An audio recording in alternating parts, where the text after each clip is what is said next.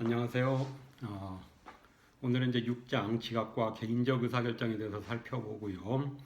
그래서 지금까지 우리가 3장에서는 태도가 행동에 미치는 영향, 그다음에 4장에서는 이제 감정과 지각이 행동에 미치는 영향을 살펴봤고요. 그다음에 지난 시간에는 이제 성격이 행동에 어떠한 영향을 미치는지를 주로 살펴봤고요. 자, 오늘은 이제 지각이 행동에 어떻게 영향을 미치는지에 대해서 살펴보겠습니다. 물론 이제 의사결정에 따라서 사람들의 행동에 영향을 미치겠죠. 어떠한 의사결정을 내리는지에 따라서 다른 행동으로 나타날 수가 있습니다. 그래서 여기서 이제 개인적 의사결정이고요. 우리가 후반부에 이제 집단 수준의 오비에서는 집단적 의사결정과 관련된 내용을 살펴보고 오늘은 이제 개인 수준에서 개인적 의사결정이 행동에 어떠한 영향을 미치는지를 살펴보도록 하겠습니다.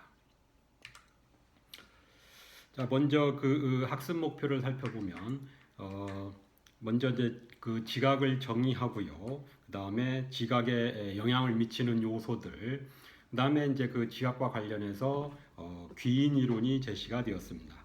귀인 이론을 살펴보고요. 그 다음에 다른 사람들을 이제 평가할 때 우리가 흔히 손쉽게 사용하는 방법들을 살펴보고요. 자, 그 다음에 이제 의사결정으로 넘어가서 의사결정과 관련해서는 합리성 모형이 있고요. 합리적 모형, 제한된 합리성 모형, 또는 이제 직관으로도 우리가 의사결정을 할 수가 있죠. 그래서 이 세 가지를 살펴보고요. 그 다음에 이제 의사결정 과정에서 일어날 수 있는 여러 가지 이제 편견과 오류를 살펴봅니다. 그 다음에 개인적인 차이나 어떤 조직의 제약 조건들에 의해서 의사결정이 달리 일어날 수 있는 의사결정에 영향을 미칠 수 있는 그런 요소들을 살펴보고요. 그 다음에 이제 윤리적 의사결정 기준 세 가지, 그 다음에 마지막으로 이제 창의성에 대해서 잠깐 살펴보고 마치도록 하겠습니다. 자, 오늘 이제 지각에 대한 정의인데, 지각은 개인이 어떤 주변 환경에 의미를 부여하기 위해서 자신이 감각적으로 느끼는 인상들을 조직하고 해석하는 과정이다라고 했는데, 그래서 이제 주변 환경은 그 전에도 말씀드렸듯이 사람, 사물, 사건입니다. 사람, 사물, 사건을 이제 이해하는 과정이라고 볼 수가 있는 거죠. 뒤에서 이제 좀 다른 유사한 개념들과 비교 설명을 할 텐데, 어쨌든 이 지각이라고 하는 것은 이제 외부로부터 어떤 정보가 들어왔을 때 그러한 정보들을 통해서 대상을 이제 이해하고 알아나가는 그런 과정이라고 볼 수가 있습니다. 자, 그러면 이제 오비에서 이 지각이 왜 중요한지 사람들이 이제 어떤 사람들 어떤 지금 우리가 행동에 미치는 영향들을 살펴보는데 모든 사람들이 사람, 사물, 사건, 외부 환경을 동일하게 인식하지 않습니다. 사람들마다 다르게 지각하고 이 객관적인 대상, 환경을 사람들마다 다르게 지각하고 자신들이 지각한 바에 따라서 행동을 하는 거죠. 그래서 지각한 바에 따라서 행동을 옮기기 때문에 사람들이 어떻게 지각하느냐가 상당히 중요할 수 있다는 겁니다. 그래서 이제 사람들의 행동은 이제 현실 자체가 아니라 그들이 지각한 내용을 가지고 행동을 하게 된다는 거죠. 그래서 경우에 따라서 이제 현실이 변형이 되기도 하고 그중에 일부만 반영되기도 하고 또는 이제 왜곡될 수도 있고 개인들의 어떤 의지라든가 동기라든가 이러한 것들에 따라서 또는 지각하는 방식에 따라서 왜곡될 수도 있고 다르게 행동할 수 있고 사람들마다 다르게 행동할 수 있기 때문에 사람들이 어떻게 이제 지각을 하는지가 상당히 중요할 수 있다는 겁니다. 그래서 이제 예를 들면은 우리가 전에 살펴보았던 조직 후원 인식 POS죠.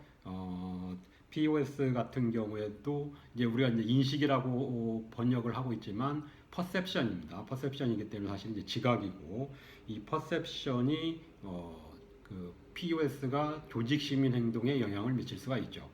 그렇죠. 사회적 교환 이론에 기초한다 하더라도 이게 이제 사회적 교환 이론이 이 둘 사이의 관계를 이제 뒷받침하는 이론인데, 회사가 조직이 자신을 지원하고 있다라고 지각을 하게 되면 그에 따라서 이제 반대급부로 그에 대한 어떤 보상, 답례로서 뭐 그 조직의 바람직한 행동, 조직 시민 행동을 보여줄 수 있는 거죠. 이게 이제 어떻게 지각하느냐에 따라서 행동으로 드러나는 행동과로 연결되는 그런 관계를 볼 수가 있는 거죠. 그래서 어떻게 지각했느냐에 따라서 사람들의 행동이 달리 나타날 수 있다는 겁니다.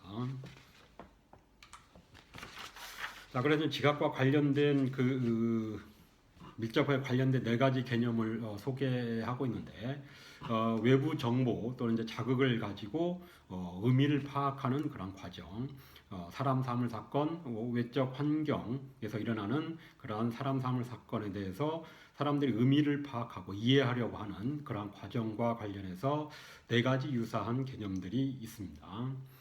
그래서 먼저 이제 감각은 이제 sensing, 감각은 물리적 자극에 의해서 유발되는 이제 신경계 말단의 반응이라고 볼 수가 있는 거죠. 즉 말초신경, 오감을 통해서 사람들이 그러한 자극, 정보를 이제 받아들이는 데까지만 감각하는 데까지만 의미합니다.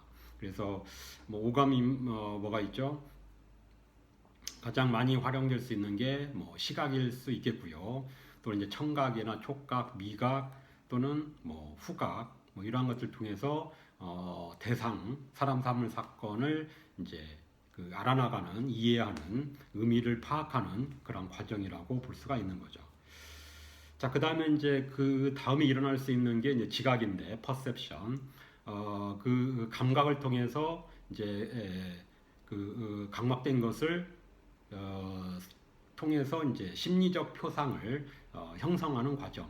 그래서 예를 들어서 이제 시각을 통해서 뭐 이러이러한 모양의 개다. 어떤 개를 봤을 때 이제 그것을 이제 시각을 통해서 감각을 하고 그것을 통해서 어떤 심리적 머릿속에서 심리적 표상을 형성하는 그런 과정이라고 볼 수 있고, 또는 이제 뭐 다른 사람을 봤을 때 이러이러한 생김새의 사람이라고 하는 머릿속에 이제 그려지는 거죠. 여기까지가 지각이라고 한다면 이제 인식은 좀 더 복잡해 가는 과정입니다. 지각된 표상을 다른 감각계와 연결시키면서 이제 좀 더 복잡한 제대로 된 이제 의미를 파악하는 도출하는 과정이라고 할 수 있겠고, 그래서 이제 다른 감각계와 연결이 됩니다. 그래서 시각적으로 이러이러한 모양의 개라는 것을 감각을 했고 지각을 했지만 거기에다가 죄송합니다. 플러스 이제 손으로 만져봄으로써 이제 촉각을 느낌으로써 개의 털은 뭐 이러한 감각을 가지고 있는 뭐 이러이러한 모양을 가지고 있는 이러한 것들을 좀 더 이제 정확하게 파악해 나가는 과정이라는 거죠. 그래서 두 가지 이상의 그러한 이제 감각계들이 연결돼서 대상을 좀 더 자세하게 총체적으로 이해해 나가는 그런 과정이라고 볼 수가 있겠고, 자, 그다음에 이제 마지막 가장 정교한 그 과정은 이제 인지입니다. cognition. 그래서 좀 더 복잡하게 이제 감각 정보가 변형되기도 하고 축소되기도 하고 정교화되면서 저장하기도 하고 과거에 이제 저장했던 것을 인출하기도 하고 그런 이제 모든 과정. 그래서 좀 더 이제 총체적인 과정으로서 어떤 논리나 경험도 이제 추가되는. 그래서 인식은 단순히 이제 현재 상태에서 여러 가지 감각계를 통해서 잘 이해해 나가는 그런 과정이라고 한다면, 인지는 좀 더 이제 과거에 어떤 경험했던 것들도 도움을 받아서 이제 이해해 나가는, 그리고 이제 현재 이러한 내용들을 저장도 하고 뭐 좀 더 이제 논리적으로 뭐 변형하기도 하고 자신의 의도에 맞게 변형해 나가는 뭐 이러한 과정이 이제 그래서 종합적인 과정이 인지라고 할 수가 있는 거죠. 물론 이제 개념적으로 이렇게 구분할 수 있지만, 물론 이제 어디서 어디까지는 뭐 감각이고 어디서 어디까지가 지각이고 명확히 나눌 수는 없습니다. 단지 이제 이러한 과정을 통해서 좀 더 복잡하게 또는 좀 더 정교하게 정확하게 이해해 나가는 과정이라는 거고 개념적으로도 이렇게 충분히 설명할 수 있다는 겁니다. 자, 그 다음에 이제 그러면 지각에 영향을 미치는 요인들이 무엇인지 여러 가지 것들이 이제 사람들의 지각에 영향을 미칩니다. 그래서 이제 그 크게 보면 이제 지각자, 지각하는 사람 또는 이제 상황, 어떤 상황에서 지각하는지 또는 이제 지각 대상, 상대방, 상대의 어떤 상대 사람일 수도 있고 사물이나 어떤 그 사건일 수도 있겠죠. 이런 이제 지각 대상과 관련된 요인 이렇게 구분해 볼 수가 있겠는데. 지각자, 지각하는 사람들과 관련된 요인으로서는 지금 지각하고 있는 사람들이 어떠한 태도, 동기나 관심이나 경험이나 기대를 갖고 있는지. 자, 여러분들은 지금 이제 이 수업을 통해서 좀 더 이 내용을 잘 이해하고자 하기 때문에 여러분들의 어떤 그 동기나 관심이나 기대는 제 지금 강의에 쏠려 있는 거죠. 제 강의에 있는 거고, 그래서 여러분들 여러 가지 이제 그 지각을 할 수 있지만, 여러분들 지금 그 컴퓨터나 그 파워포인트 프린트한 거나 이러한 것들은 이제 관심을 갖고 있는 거고, 그래서 여러분 주변에 이제 여러 가지 지각할 대상이 있음에도 불구하고 이제 이러한 것들을 파워포인트나 아니면은 이제 프린트물이나 이러한 것들에 이제 집중을 하고 있죠. 그래서 지각자가 어디에 관심을 갖고 있는지, 어디에 이제 어떤 기대를 갖고 있고 어떤 동기를 갖고 있는지, 요거에 따라서 지각할 수 있는 것이 있고 또 지각 못 안 하는 또는 이제 어떤 자신의 관심에 맞춰서 맞는 것만 지각할 수도 있고, 그게 이제 어떻게 지각하는지 영향을 미칠 수 있다는 것이고요. 그다음에 상황적인 요인으로서는 이제 시간이 언제인지, 밤인지 낮인지, 아무래도 이제 밤에는 좀 더 지각하기 어려울 수도 있죠. 낮에는 이제 밝기 때문에 좀 더 대상을 정확하게 지각할 수 있지만 좀 어두운 곳에서는 제대로 이제 그 대상을 지각하지 못할 수도 있겠고, 작업 조건도 이제 유사합니다. 형광등이 예를 들어서 형광등이 밝으냐 그렇지 않느냐, 어두운 곳에서는 제대로 지각을 못할 수 있지만 좀 더 이제 밝은 그런 조건에서는 잘 지각을 하겠죠. 또 이제 사회적 조건에서는 이제 어떠한 장소인지, 그 상황에 맞는 장소인지, 맞는 그 상황인지 그렇지 않은지. 예를 들면 드레스업 한 사람이 이제 클럽에 있느냐 아니면 그 교실에 있느냐에 따라서도 사람들의 지각이 달라진다는 거죠. 그래서 드레스업한 사람이 이제 클럽에 있을 경우에는 대부분의 사람들이 드레스업 화장을 하고 있기 때문에 잘 눈에 띄지 않죠. 어떤 한 사람이 화장을 했다고 해서 그 사람이 눈에 띄진 않죠. 그렇지만 다른 사람들은 별로 이렇게 화장하지 않은 상태에서 한 사람만 화장을 했다라고 한다면은 눈에 띄겠죠. 그래도 주변 환경이 어떠하냐에 따라서, 사회적 조건이 어떠하냐에 따라서도 그 사람이 눈에 띌 수도 있고 띄지 않을 수도 있는, 다른 사람들이 이제 지각을 할 수도 있고 지각하지 못하고 그냥 넘어갈 수도 있는 그런 그 차이가 발생을 하게 됩니다. 자, 그 다음에 이제 지각 대상이 어떠하냐.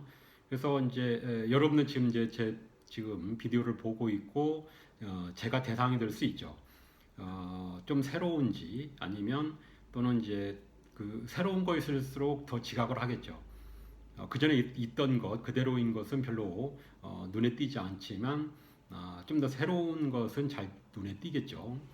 또는 이제 서 있는 정지되어 있는 것보다는 이제 동작을 할 때 좀 움직이는 것이 더 눈에 띄겠죠. 그렇죠? 움직이지 않는 것은 단시간 어느 정도 이제 관심을 갖다가 좀 더 지나면 이제 무관심해지죠. 그러나 이제 계속해서 다른 방식으로 이렇게 움직이고 하다 보면은 그게 대해 좀 더 궁금해지고 눈이 따라가게 되는, 그리고 더 지각을 하게 되고, 소리가 너무 작은 것보다는 이제 소리가 좀 큰 경우에 잘 지각하게 되겠고, 작은 것보다는 큰 것이 잘 눈에 띄겠죠. 배경에서는 이제 서로 대비색일 때 비슷한 색깔보다는 이제 대비색일 때 눈에 잘 띄죠. 그래서 아스팔트에 이제 아스팔트가 검은색이라고 한다면은 그 줄은 이제 하얀색이나 노란색으로 칠하죠. 그래야 이게 잘 띄기 때문에 잘 지각할 수 있기 때문에.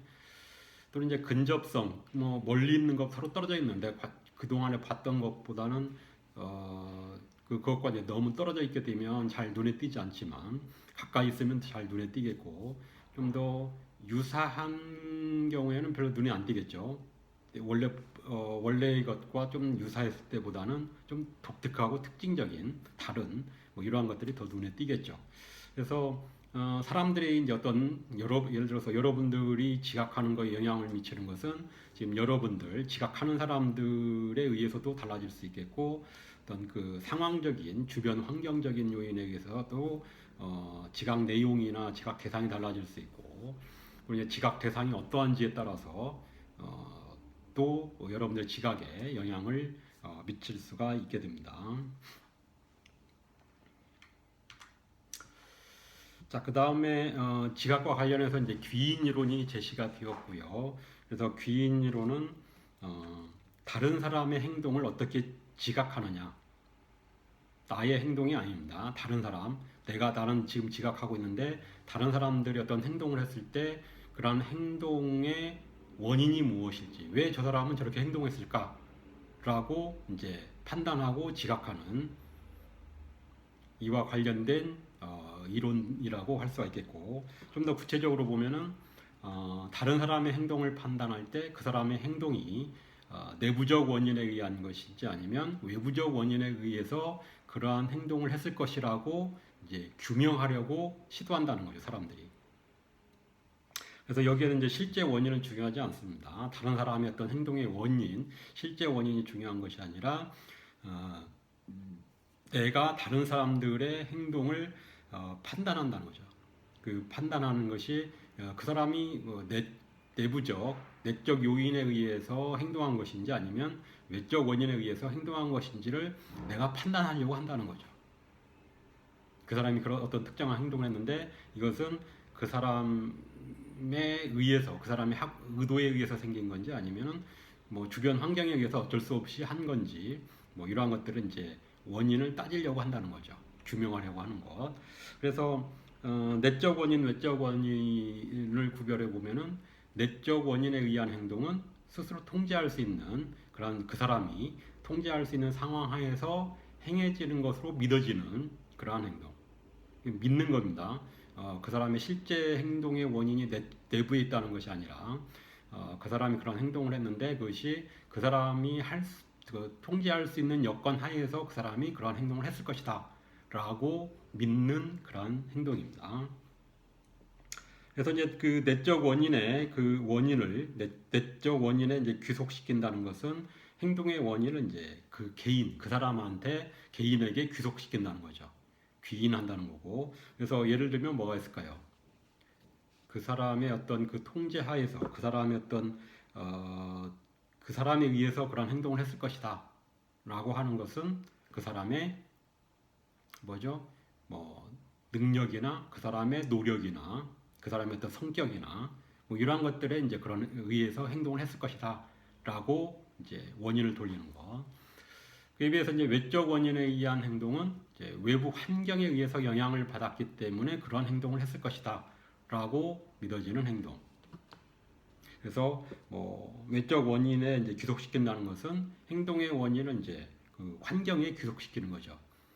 그 사람의 어떤 의도에 의해서가 아니라 환경, 다른 사람들, 다른 어떤 뭐 압력에 의해서 행동을 했을 것이다. 예를 들면 뭐가 있을까요? 뭐 그 자신을 제외한 모든 것이 되겠죠. 뭐 다른 사람들 또는 뭐 작업 여건 또는 뭐 경기 상황이나 뭐 이러한 것들이 이제 외적 원인에 의해서 그 사람의 예를 들어서 실적이 낮아졌을 것이다, 실적이 좋아졌을 것이다. 그 사람의 어떤 그 노력이라든가 능력과는 다른, 그렇죠? 내적 원인이 아니라 외적 원인이죠. 뭐 이러한 원인으로 돌리는 것이 외적 원인에 의한 행동이다라고 이제 생각을 하겠고, 자 그러면 무조건적으로 다른 사람의 행동을 그냥 내적 원인이다 이것은 뭐 외적 원인이다 이렇게 그냥 일방적으로 하는 것은 아니죠. 일단 어느 정도 몇 가지의 이제 기준이 있습니다. 그래서 3대 결정 요인이라고 했는데 이제 합의성, 차별성, 일관성 뭐 이러한 것들을 이제 따져보고 판단하고 나서 내적 원인이다, 외적 원인이다라고 사람들이 이제 원인 규명을 한다는 거죠.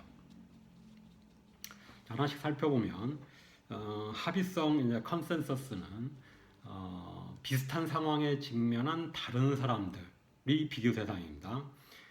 비슷한 상황에 처해 있는 다른 사람들이 어떻게 행동했는지 같은 방식으로 행동했으면 합의성이 높은 거고 비슷한 상황에 있는 사람들이 다르게 행동했다라고 한다면은 그 사람만 좀 특이한 해당 상 그렇죠. 합의성이 낮은 거죠. 낮은 거겠죠. 그래서 합의성이 높으면 어떻습니까? 그 사람만이 아니라 다른 사람들도 같이 비슷한 방식으로 행동했기 때문에 합의성이 높으면 이제 외적 원인으로 그 사람만의 어떤 문제, 그 사람만의 의도가 아닌 외적 환경에 의해서 그러한 행동을 했을 것이다라고 사람들이 생각하는 것이 논리적이라는 거죠. 뭐 더 이상 추가적인 그러한 그 정보가 없는 상태하에서 또는 이제 합의성이 낮으면 이제 이 사람만 특별하게 행동한 거기 때문에 그 원인을 그 사람한테 원인을 돌리겠죠. 그렇죠. 그게 좀 더 합리적이죠. 그 다음에 이제 차별성은 이제 대상이 다릅니다. 비교 대상이 다른데 한 사람이 이제 여러 상황에서 어떠한지 똑같은 사람인데 다른 상황에서는 어떻게 행동했는지를 이제 보고 판단하는 겁니다. 그래서 차별성은 이제 한 사람이 다른 상황에서는 다른 행동을 보여줬는지 그래서 동일한 사람인데 다른 상황에서는 다른 행동을 보여줬다라고 하면 차별성이 높은 거죠. 자, 차별성이 높으면 어떻습니까? 원인을 어디로 돌려야 되죠? 외적으로 돌려야 되겠죠.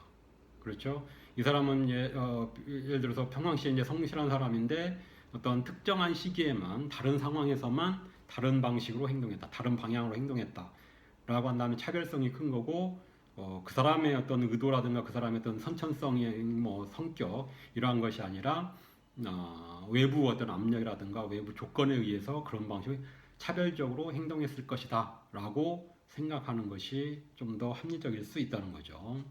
반대로 차별성이 낮고 항상 일관적으로 행동을 했으면 여러 상황에서 일관적으로 행동했으면 내적 원인으로 돌리는 것이 맞죠. 그렇죠.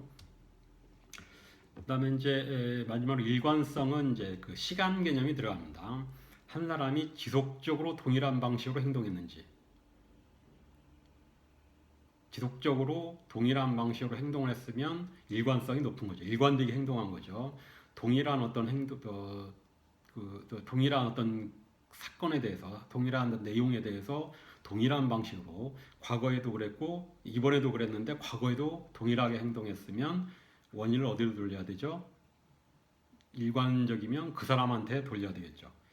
그러나 이제 지금까지는 잘해왔다가 오늘만 잘못했다.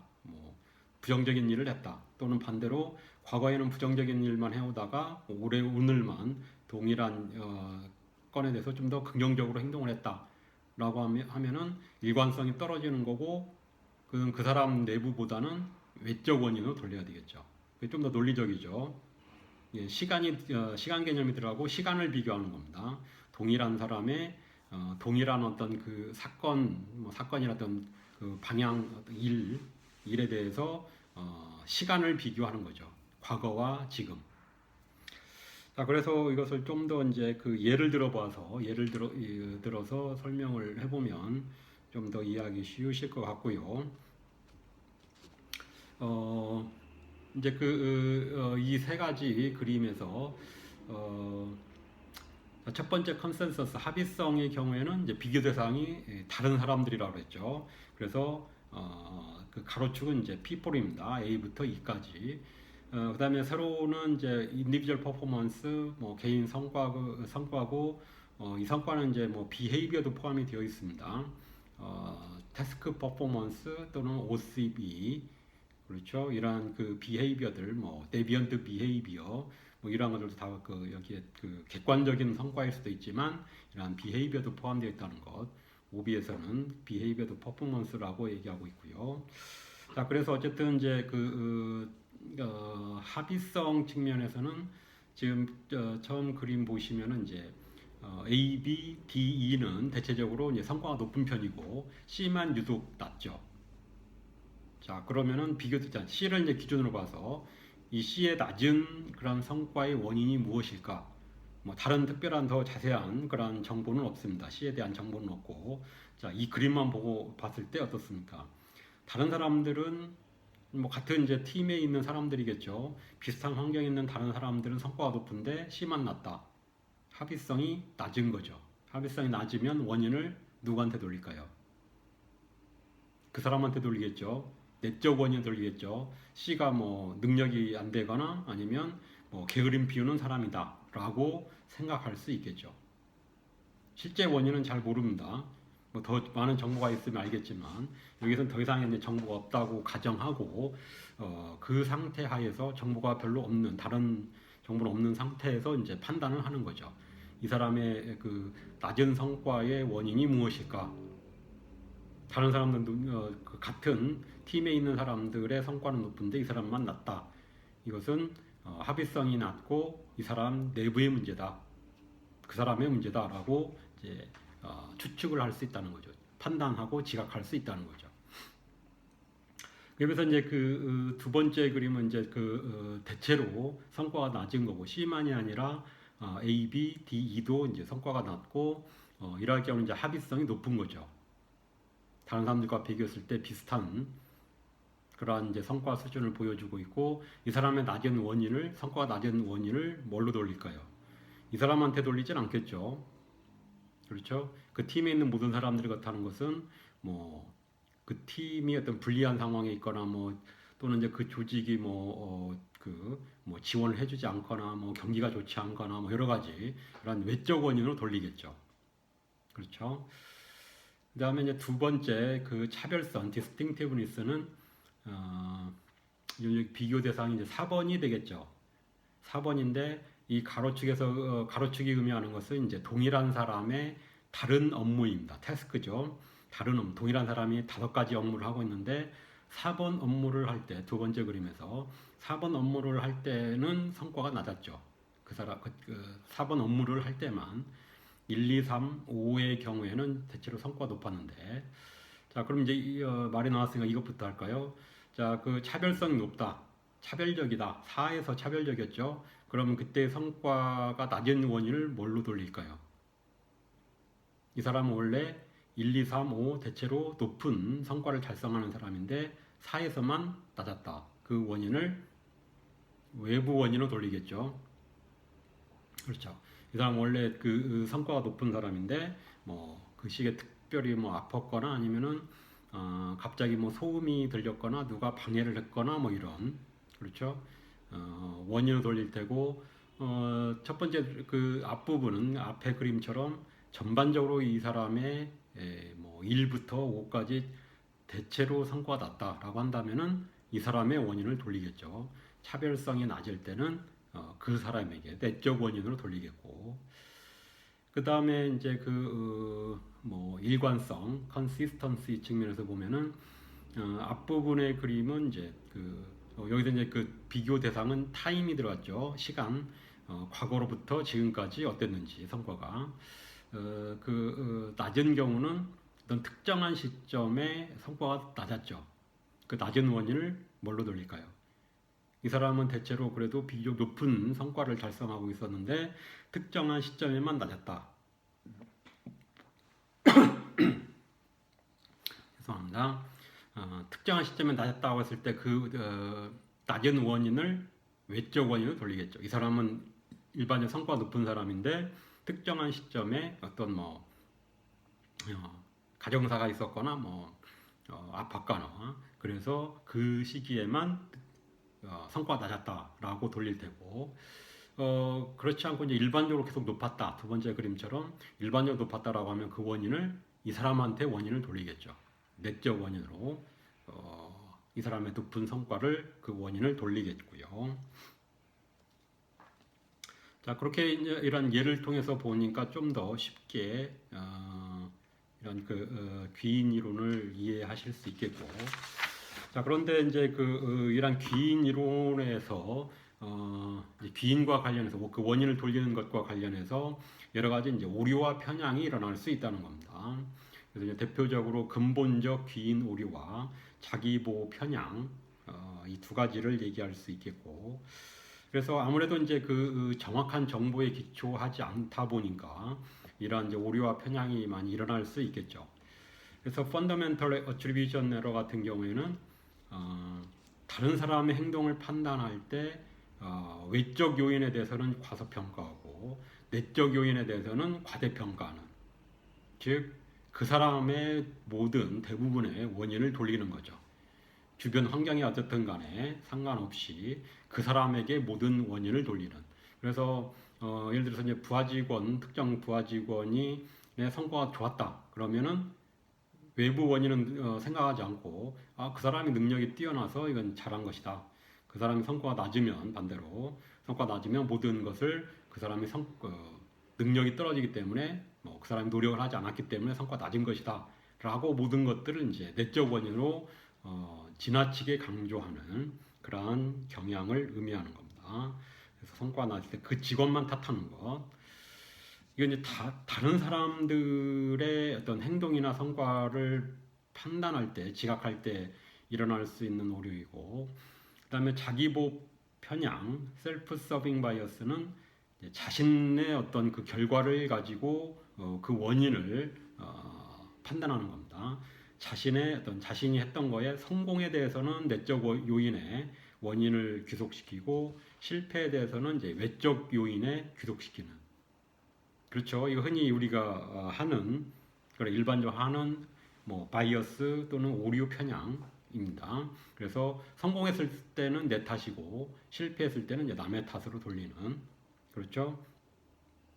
자신이 어떤 성과가 좋았다, 자기 성적이 좋았다라고 했을 때, 내가 열심히 해서, 내가 능력이 특출나서 성과가 좋은 것이라고 얘기를 하고, 그다음에 자기가 어떤 좀 이렇게 성과가 좋지 않았다. 이건 주변 사람들이 팀원들이 도와주지도 않고 그 경기 상황도 안 좋고 했기 때문에 낮은 것이다. 내 원인은 아니다라고 사람들이 많이 생각하고, 그럼으로 인해서 뭡니까? 자신의 어떤 자존감을 높일 수 있는 거죠. 그래서 셀프 서빙이라고 하고 있고요.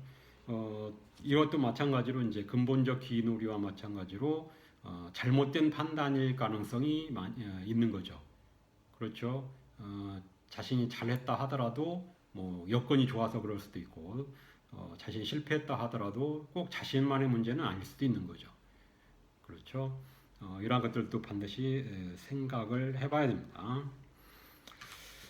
자, 그 다음에 이제 다른 사람들을 평가하는데 또한 이제 손쉬운 방법들, 지름길, 좀 더 편안하게 그냥 판단하려고 하는 그러한 경향들을 의미하고, 물론 이 자체가 오류를 의미하진 않습니다. 그러나 물론 오류의 가능성은 상당히 있는. 왜냐하면은 정확한 어떤 근거에 의해서 또는 객관적으로 평가하는 게 아니기 때문에 오류의 가능성은 증가하지만 반드시 오류라고는 할 수 없는 그러한 방법들입니다. 그래서 이제 선택적 지각이 있고요. 선택적 지각은 자신들에게 들어오는 여러 가지 정보들, 여러 가지 자극들, 여러 가지 이제 감각들을 그래서 이제 일부만 선택적으로 지각을 한다는 거죠. 그래서 사람 사물 사건의 어떤 눈에 띄는 특성들만을 우선적으로 지각하는. 그래서 여러분들 지금 여러 가지 것들을 볼 수가 있지만 선택적으로 지각을 하고 있는 거죠. 제 강의 내용을 지금 선택적으로 지각을 하고 있고 들으려고 하고 있고, 다른 이제 건물 밖에서 여러 가지 소리가 남에도 불구하고 그런 것들은 이제 걸러내고 듣지 않고 제 강의를 열심히 듣고 있는 거죠. 일부만. 그렇죠. 그래서 주변의 모든 것들을 관찰할 수 없기 때문에 선택적으로 지각을 하려고 하고요. 수많은 정보들 중에서 일부만을 선택적으로 지각하려고 하는 그런 현상. 앞서 말씀드렸던 것처럼 이 자체가 오류라고 할 수는 없겠지만 이제 오류와 왜곡을 일으킬 가능성도 증가하는. 왜냐하면은 종합적으로 어떤 대상에 대해서도 종합적으로 판단하지 않고 있기 때문에 정확하게 이해하지 못하는, 지각하지 못하는, 인식하지 못할 가능성이 있는 거죠. 자, 그다음 이제 후각효과는 하나의 특성을 가지고, 눈에 띄는 특성을 가지고 그 개인에 대해서 일반적인 인상을 형성하는. 그래서 예를 들면 한 가지 그 특성이 나왔을 때는 이제 지능, 머리가 좋거나 사교성이 있거나 용모, 아주 잘생겼거나 이런 한 가지 특성을 가지고 전반적으로 그 사람이 어떻다라고 판단하려고 하는, 그렇죠. 그래서 한 가지 특성, 예를 들면 그 사교적인 사람을 보고서 그 사람의 사교적인 측면을 보고서 그 사람은 인격도 좋을 것이다, 훌륭한 인격을 갖고 있을 것이다라고 하는 전반적인 인상을 형성하려고 한다는 거죠. 사교성이 그렇지만 이제 사교성이 그 사람의 인격 다를 얘기하는 건 아니죠. 그건 이제 일부, 그 사람의 어떤 특징 중에 일부일 뿐이고요. 그래서 이것을 좀 더 이제 그 세분화하면은 한 가지 긍정적인 측면을 가지고 다른 모든 것을 긍정적으로 보려고 하는 것을 이제 헤일로 이펙트, 후광효과라고 하고, 반대로 한 가지 부정적인 측면을 가지고 그 사람을 전반적으로 부정적으로 인식하려고 하는 그런 경향을 혼스 이펙트, 뿔 효과 라고도 할 수 있는데, 혼스 이펙트입니다. HORNS, 혼스 이펙트. 그래서 세분화하기도 하고 아니면 두 가지를 합쳐서 그냥 헬로 이펙트라고도 하고요. 그것은 쓰는 사람마다 달리 사용할 수는 있습니다. 자, 그 다음에 대조 효과는 일단 한 사람을 평가할 때 객관적으로 평가를 해야 되는데, 다른 사람과 특정한 어떤 사람과 비교하면서 이제 평가를 한다는 거죠. 대조하면서 평가하라고 하는 경향. 그래서 이렇게 대조를 하게 되면은 그 사람의 객관적인 어떤 그 객관적인 평가보다는 그 비교 대상이 되는 사람이 어떠한 사람이냐에 따라서 다른 사람에 대한 평가가 달라질 수 있는 거죠. 그렇죠. 그래서 그 비교 기준이 되는 사람의 어떤 비교가 되는 사람이 뛰어난 사람이었다라고 한다면 다른 대부분의 사람들은 낮게 평가가 되겠죠. 반대로 그 기준이 되는 사람이 좀 낮은 성과가 낮거나 능력이 좀 안 되는 사람들의 경우에는 다른 대부분의 사람들이 높게 평가하게 되는, 그렇죠, 그런 결과로 이어질 수 있습니다. 그래서 예를 들면 이제 회사 면접에서 한 지원자에 대한 평가는 면접 순서에 따라 달라질 수 있다는 거죠. 그래서 바로 앞에 사람이 대부분 상당히 많은 경우에 바로 앞에 사람이 기준이 되고, 그 앞에 사람 자신의 앞에 사람이 뛰어난 지원자였다, 그럴 경우에는 자신이 낮게 평가되는 거죠. 다행히 자신의 앞에 사람이 좀 별로 뛰어나지 않은 그러한 지원자였다고 한다면은 자신이 좀 더 높게 평가될 수 있는 이러한 현상들도 쉽게 나타날 수가 있습니다. 물론 이제 면접관들은 이런 것들을 고려를 해야 되고 교육을 해야 되겠지만, 그냥 나이브하게 이제 그 생각하고 일반적으로 이렇게 그냥 그 면접을 하다 보면 이러한 현상들이 빚어질 수 있고, 어떤 객관적인 그 사람의 어떤 그 평가보다는 앞 사람이 누구였느냐에 따라서 다른 사람들의 어떤 그 평가 내용이 달라질 수 있는 그런 경향이 있습니다.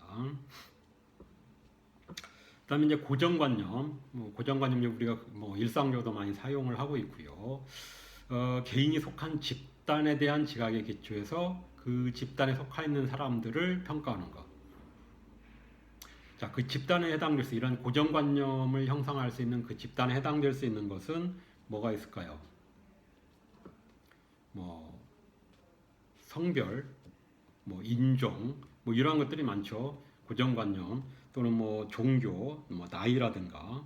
그래서 이런 이제 그 여러 가지 어떤 특정한 사람이 남자다, 어떤 지금 대상이 여자다라고 했을 때 어떤 그 나라 사람이고 나이가 어떠한지 뭐 이러한 것들에 따라서 그 사람이 거기에 속해 있기 때문에 이 사람도 그러할 것이다 라고 판단을 하는 거죠. 그래서 이제 고정관념은 이제 그 복잡한 현상을 단순화하면서 일관성을 유지할 수 있도록 하기도 하지만, 이게 뭐 약간은 이제 그 지각하는 사람들 입장에서 이제 긍정적인 측면일 수도 있겠지만, 그렇게 이제 그 고정관념에 따라서 판단을 하다 보면은 이제 오류를 겪을 수가 있다는 거죠.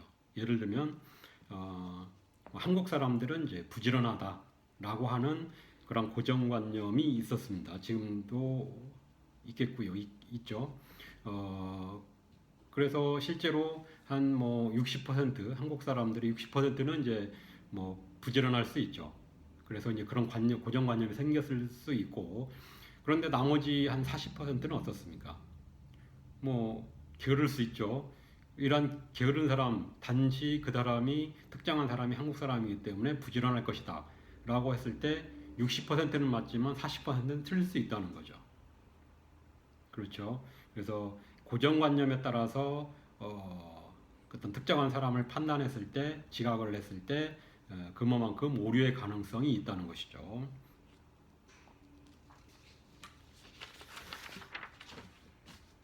자, 그래서 이러한 이제 이런 손쉬운 방법들을 많이 사용하고 있고, 그것들이 실제로 현실에서도 나타나고 있는 그런 사례들을 뭐 두 가지 정도의 말씀드리고 있는데, 앞부분에서도 물론 이제 그 중간중간에 예를 들었지만, 채용 면접 과정에서 면접관들이 이제 주로는 이제 주관적인 판단에 따라서 판단을 하죠.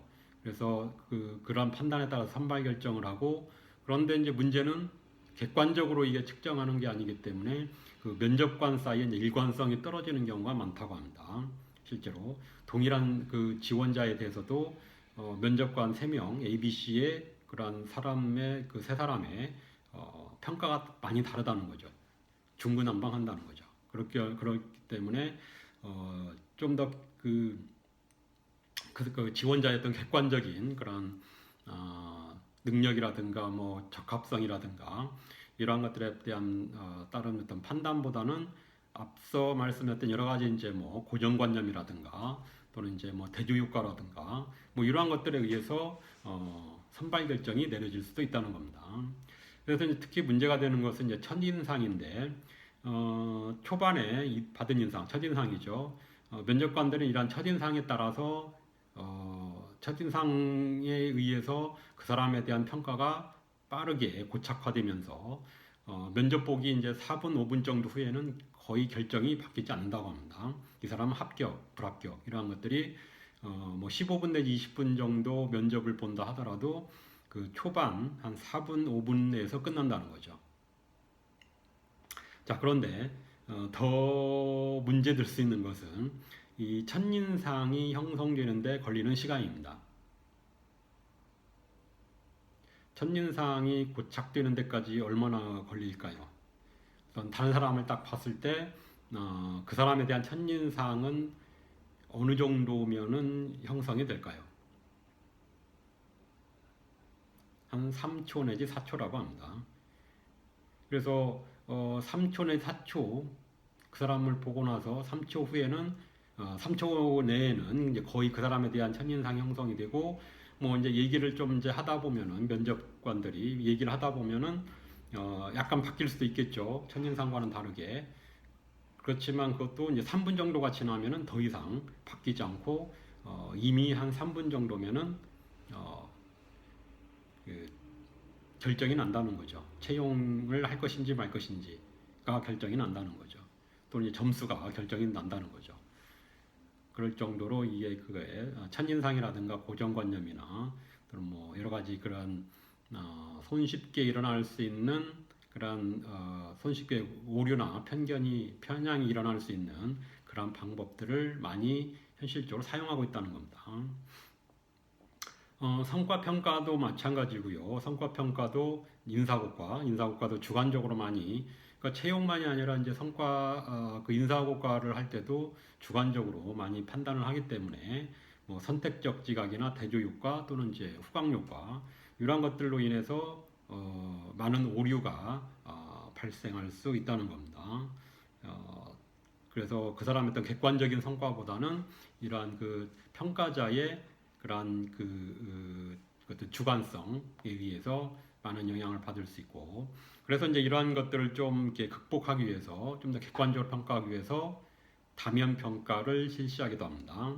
360도 평가 방법, 다면 평가. 그래서 그 기존에는 이제 상사만이 부하 직원을 성과를 평가했는데, 부하 직원이 상사를 평가하기도 하고 동료가 평가하기도 하고, 또는 이제 좀 더 객관적하기 위해서 외부인들, 고객이라든가 고객이 평가하기도 하고, 그래서 좀 더 객관적으로, 어쨌든 이제 주관적으로 평가를 할 수밖에 없지만, 그것을 좀 더 이제 객관화하기 위해서 좀 더 많은 사람들을 평가자로 이제 개입시키는 그런 방법을 사용하고 있기는 합니다. 자, 여기까지 하고요. 그 후반부 주제는 이제 의사결정입니다.